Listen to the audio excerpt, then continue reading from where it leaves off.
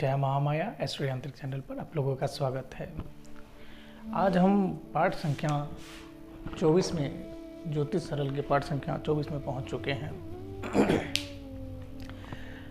हमने जो होरा शास्त्र में पढ़ रहे हैं अभी, होरा शास्त्र जो कि फलित सिद्धांत में है, और होरा शास्त्र के 4 मुख्य स्तंभ थे जिसमें हमने राशियों के गुण स्वभाव के बारे में पढ़ लिया।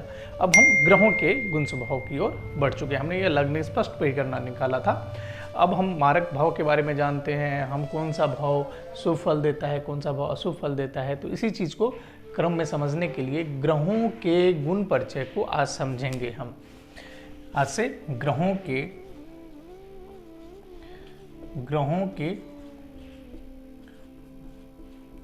गुण परिचय। अब ग्रह हमने 9 बताए थे, और हमेशा जब भी हम ग्रह के बारे में बात करते हैं तो 7 + 2 के बारे में बात करेंगे, अर्थात 9 ग्रह हैं जो कि 7 + 2 के बारे में बात करते हैं। 7 सूर्य से लेकर शनि तक, और 2 में राहु केतु आता है। राहु केतु को हमने छाया ग्रह माने हैं। हम यह मानते हैं, जो ज्योतिष में मानते हैं, कि जो सूर्य, चंद्रमा, मंगल, बुध, गुरु, बृहस्पति, शुक्र, शनि, इनका अस्तित्व है, इनका आकृति है, लेकिन राहु और केतु का आकृति नहीं है, वह छाया है, इमेजिनरी है। साइंस भी उसको इमेजिनरी मानता है, जैसे कि हमने बताया भी था।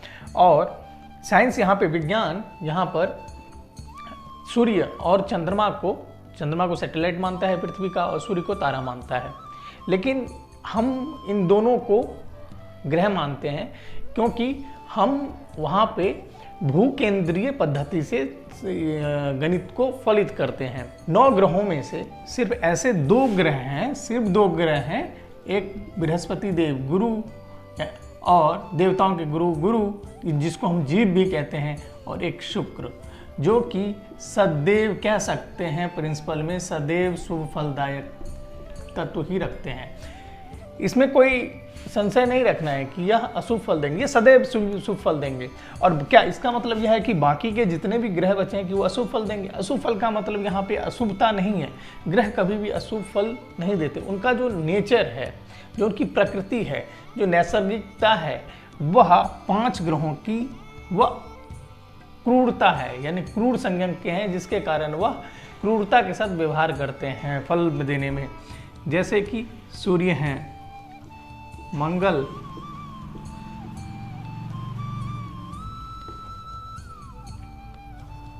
शनि, राहु और केतु, ये जो 5 ग्रह हैं, यह क्रूरता संज्ञक हैं, जिसके कारण ये अशुभ फल देते हैं। तो कभी भी जब भी हम बात करेंगे किसका, शुभ ग्रहों के शुभाशुभ, यानी शुभ प्लस अशुभ जब भी बात करेंगे तो शुभ कौन से हुए? 2 गुरु और शुक्र, यह सदैव शुभ फलदायित होंगे। और यह सूर्य, मंगल, शनि, राहु, केतु, इनमें कैपेसिटी है कि वह क्रूरता के साथ अशुभ फल भी आपको प्रदान कर सकते हैं। उसके बाद अब यहाँ पे देखेंगे 5 ग्रह हो गए, ये 2 7 हो गए। अभी 2 ग्रह बचे हैं, जो कि एक बचा है बुध और एक चंद्र। यह किस प्रकार से फल देंगे डिपेंड करता है। यह जो बुध है, इसके साथ अगर यह बुध इधर चले गए, यानी इसके साथ कोई कॉम्बिनेशन बनाते हैं, इस जो 5 ग्रहों के साथ कोई कॉम्बिनेशन, या इनकी दृष्टि में आ जाते हैं, या इनके साथ बैठ जाते हैं, तो यह अशुभता फल प्राप्त कर देंगे। और अगर इनके साथ नैसर्गिक में हैं, अगर इनके साथ बैठे हैं, या इनके साथ कोई इनका लिंक बन रहा है, तो यह शुभता के साथ फल देंगे। अब अगर बुध इन दोनों के साथ नहीं बैठा, अगर वह अकेला है, तभी भी वह शुभ का फल देंगे। बुध शुभ फल देते हैं। अब इसमें यह नहीं है कि कोई अशुभ देगा, कोई शुभ देगा, दोनों न्यूट्रल देंगे, इसमें नहीं। ग्रह का जो कार्य है वो अपने अनुसार ही चलता है। अब आते हैं चंद्र पे। जैसे कि हम जानते हैं, एक जो हमारा हिंदी माह है, चंद्रमास है, उसमें 2 पक्ष होते हैं, एक कृष्ण पक्ष और दूसरा शुक्ल पक्ष।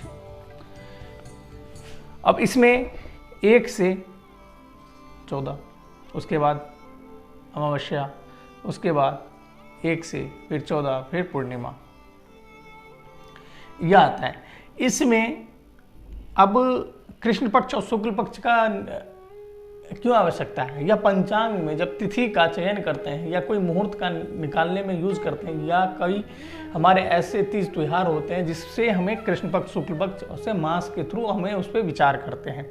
तो अब चंद्रमा जब कृष्ण पक्ष में वह अमावस्या के नजदीक आ जाता है तो वह क्या होगा, उसमें जो शक्ति है, जो ऊर्जा है, वो कम हो जाती है। तो यह अशुभ फल प्रदान करता है उस टाइम जब अमावस्या के आसपास, यानी अमावस्या के आसपास आता है, तब यह अशुभ फल देने में सक्षम होता है या वो एक्टिव हो जाता है, यानी अशुभता उस टाइम देता है। और बाकी कृष्ण शुक्ल पक्ष में 0 डिग्री से लेके 28 डिग्री तक, ये कह सकते हैं इसको 3 डिग्री से लेके 28 डिग्री तक यह शुभ, उच्च भी इसी में, वृषभ में, शुभ भी इसी में आते हैं। तो यह शुभ फल प्रदान करते हैं। अब यहाँ पे बुध और चंद्र, इन दोनों में पिता और पुत्र का संबंध है। बुध चंद्र में ये पिता पुत्र का भी संबंध है। तो हम यहाँ पे पिता पुत्र के संबंध को ज़्यादा नहीं लेंगे, बस आप समझ लीजिए इनका पिता पुत्र का संबंध है, जो कि हमारे वैदिक जो हमारे शास्त्र हैं, अनेक शास्त्र हैं, इसके अलावा ज्योतिष के साथ, उसमें इसके बारे में जिक्र किया हुआ है। इसके कारण यह दोनों एंटी हैं, यह दोनों दुश्मनता यानी शुभ फल, जैसे बुध चंद्र का नैसर्गिक शत्रु है, लेकिन चंद्र बुध का नहीं है। ये आगे हम जब नैसर्गिक शत्रुता में पढ़ेंगे तो इसके बारे में भी पढ़ेंगे, लेकिन अभी हमने सिर्फ यह जाना कि कौन से जो ग्रह हैं, जो 2 ग्रह हैं, कौन कौन से, गुरु और शुक्र। गुरु और शुक्र यह हमेशा देव शुभ फल देता है, इसमें कोई दो राह नहीं है। और यह सूर्य मंगल शनि राहु केतु जो 5 हैं, यह जो समय देखा जाएगा उसमें कौन सी कुंडली है, कहाँ पे यह है, किस भाव में बैठे हैं, उसके अनुसार यह अपना अशुभ फल देने में भी एक्टिव रहते हैं, अग्रसर रहते हैं। तो यह उस टाइम में अशुभ फल देंगे अगर कोई योग कार्य नहीं बनता है।